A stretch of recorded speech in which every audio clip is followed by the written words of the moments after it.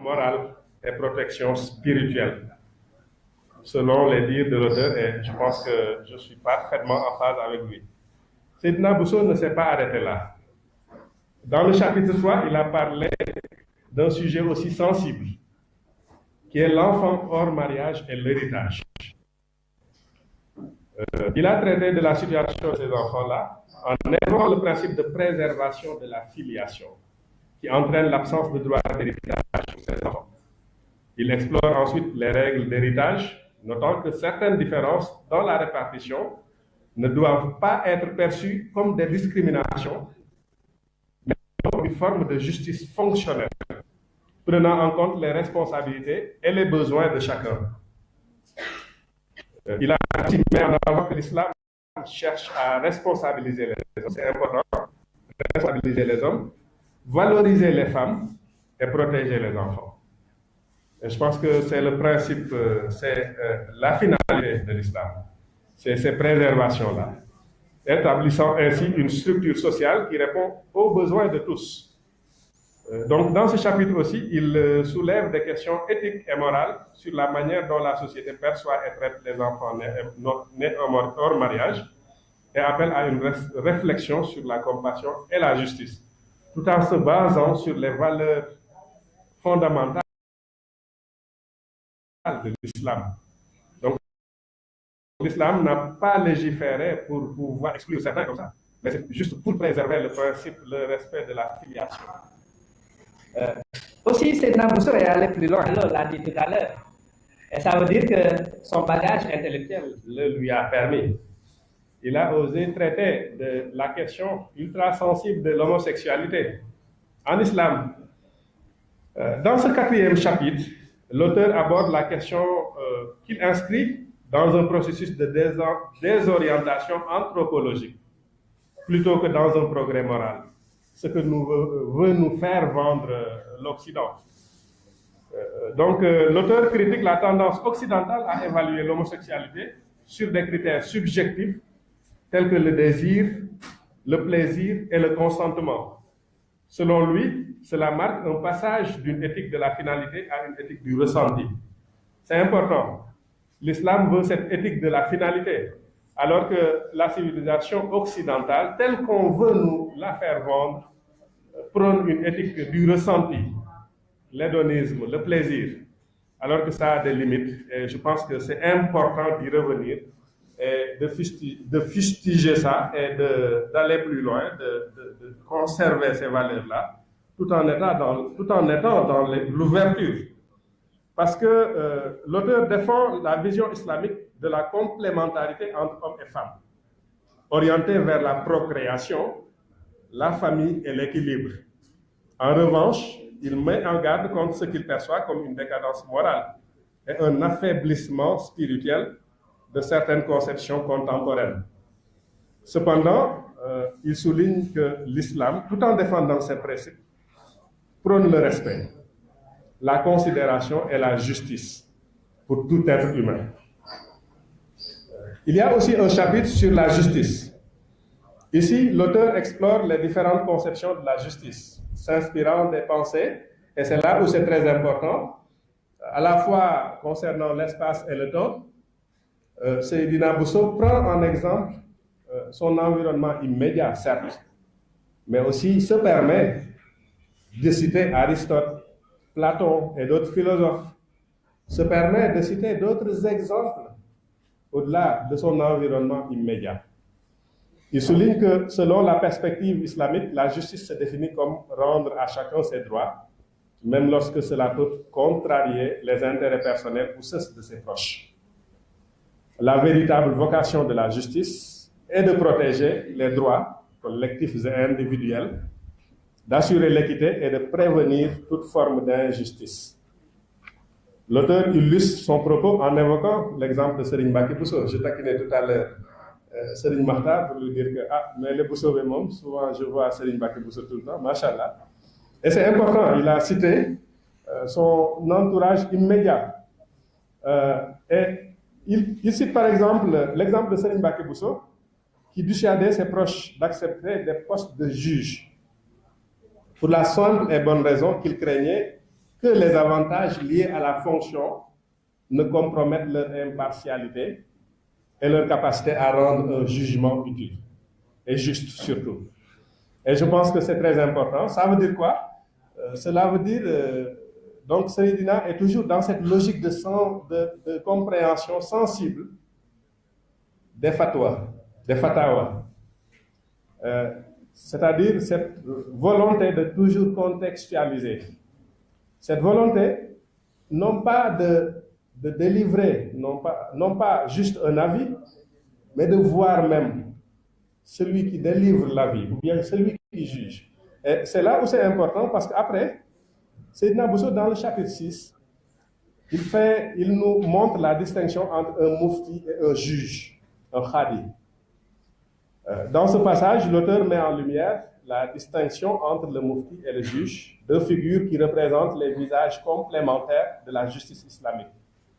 Le mufti, en tant qu'érudit, a pour mission d'émettre des avis juridiques sur des questions variées, qu'elles soient religieuses, sociales ou économiques.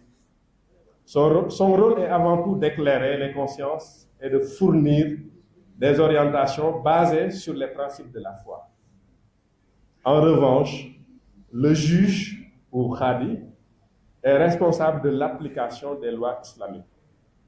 Sa fonction est de rendre la justice et de trancher les litiges qui lui sont soumis. Ainsi, si le mufti éclaire et guide les individus dans leur réflexion morale et éthique, le juge intervient pour résoudre les conflits et garantir le respect des droits. Là aussi, c'est important de faire le distinguo. Parce que dans un pays comme le Sénégal, où tout le monde se lève, surtout en matière islamique, et se réclame à la fois mufti et khadi, je pense qu'il est très important de faire cette différenciation pour pouvoir dire que ce n'est pas se lever un beau jour et s'improviser, soit mufti ou khadi, mais il faut des dispositions préalables. Donc ces deux rôles sont certes complémentaires, car ils œuvrent ensemble à la défense du droit et à la préservation de la confiance du peuple envers les institutions judiciaires. L'interaction entre l'éclairage fourni par le mufti et la justice rendue par le juge contribue à maintenir un équilibre nécessaire dans la société. Donc ici, l'auteur profite de cette analyse pour souligner les dangers potentiels d'une fatwa mal formulée ou mal interprétée. C'est différent. Il peut y avoir une fatwa mal formulée ou bien une fatwa mal interprétée. C'est ce qu'on appelle dans la communication la différence entre l'émetteur et le récepteur et les parasites qui peuvent y intervenir. Donc là aussi, il nous met en garde sur les conséquences d'une justice rendue de manière injuste. D'une justice, retenez bien, entre guillemets. Il met en garde contre les implications négatives, telles que des erreurs qu'il peut y avoir sur des individus ou sur la perception de la justice au sein de la communauté. Ainsi, il insiste sur l'importance d'une compréhension précise et d'une application rigoureuse des principes juridiques afin d'éviter des injustices et de préserver l'intégrité du système judiciaire. Je pense qu'il a osé. Il a aussi traité de la corruption, qui, selon lui, peut entraver la justice lorsqu'elle altère le jugement et détruit la confiance entre les citoyens. Pour lui, la corruption est une trahison, et je retiens bien le terme, la corruption est une trahison à plusieurs niveaux. Une trahison envers Dieu, subhanahu wa ta'ala, envers la communauté et envers soi-même, et surtout envers soi-même. Donc, il s'agit de lutter contre cette corruption. C'est d'abord, et je pense que l'approche, là aussi c'est important. C'est vrai que les mécanismes sont là, mais l'auteur prône surtout l'approche basée sur la purification des cœurs. Car la foi constitue le remède le plus puissant contre ce fléau, de ses propres dires. Et il a cité par exemple l'exemple du prophète Mohammed sallallahu alayhi wa sallam, qui interpellait une personne qui était chargée de collecter l'aumône et qui était venue pour lui dire que ceci est pour vous, mais ceci m'a été offert. Et le prophète sallallahu alayhi wa sallam lui a dit que et si vous étiez chez vous, est-ce que cela vous serait offert? Donc, pour ainsi dire que parfois, il faut vraiment ces réflexions-là.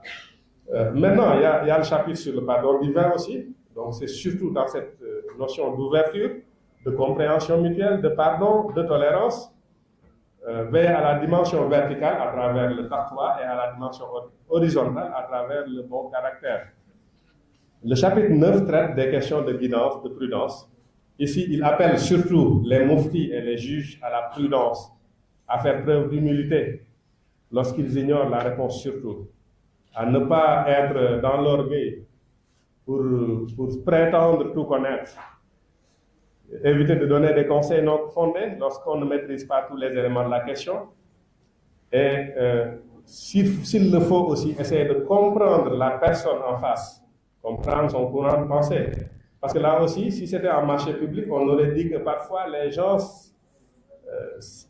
aiment aller vers l'offre la moins disante.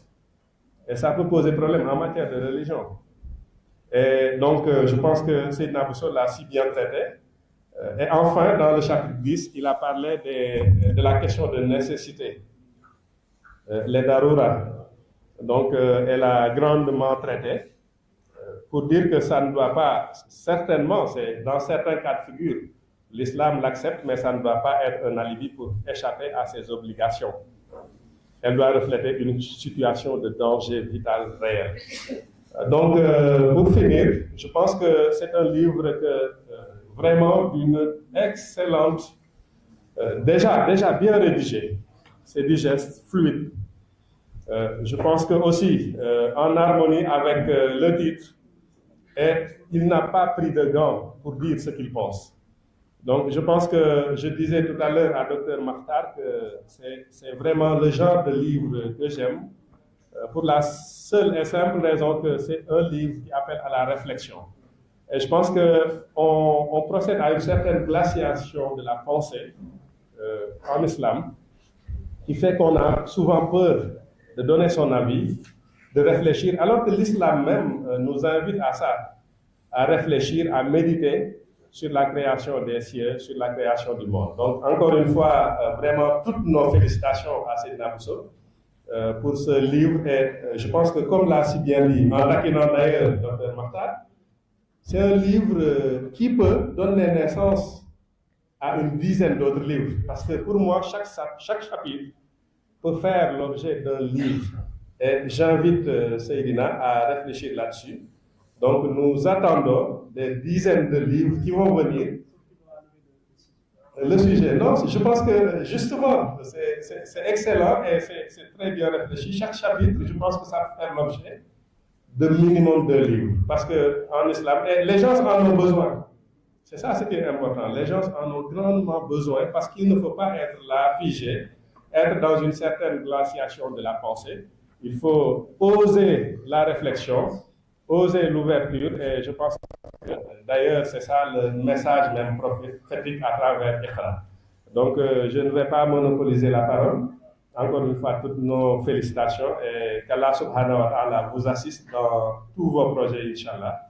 Encore merci beaucoup et merci à l'Auguste Assemblée. Wassalamu alaikum. Merci beaucoup à Sorine Aliouba.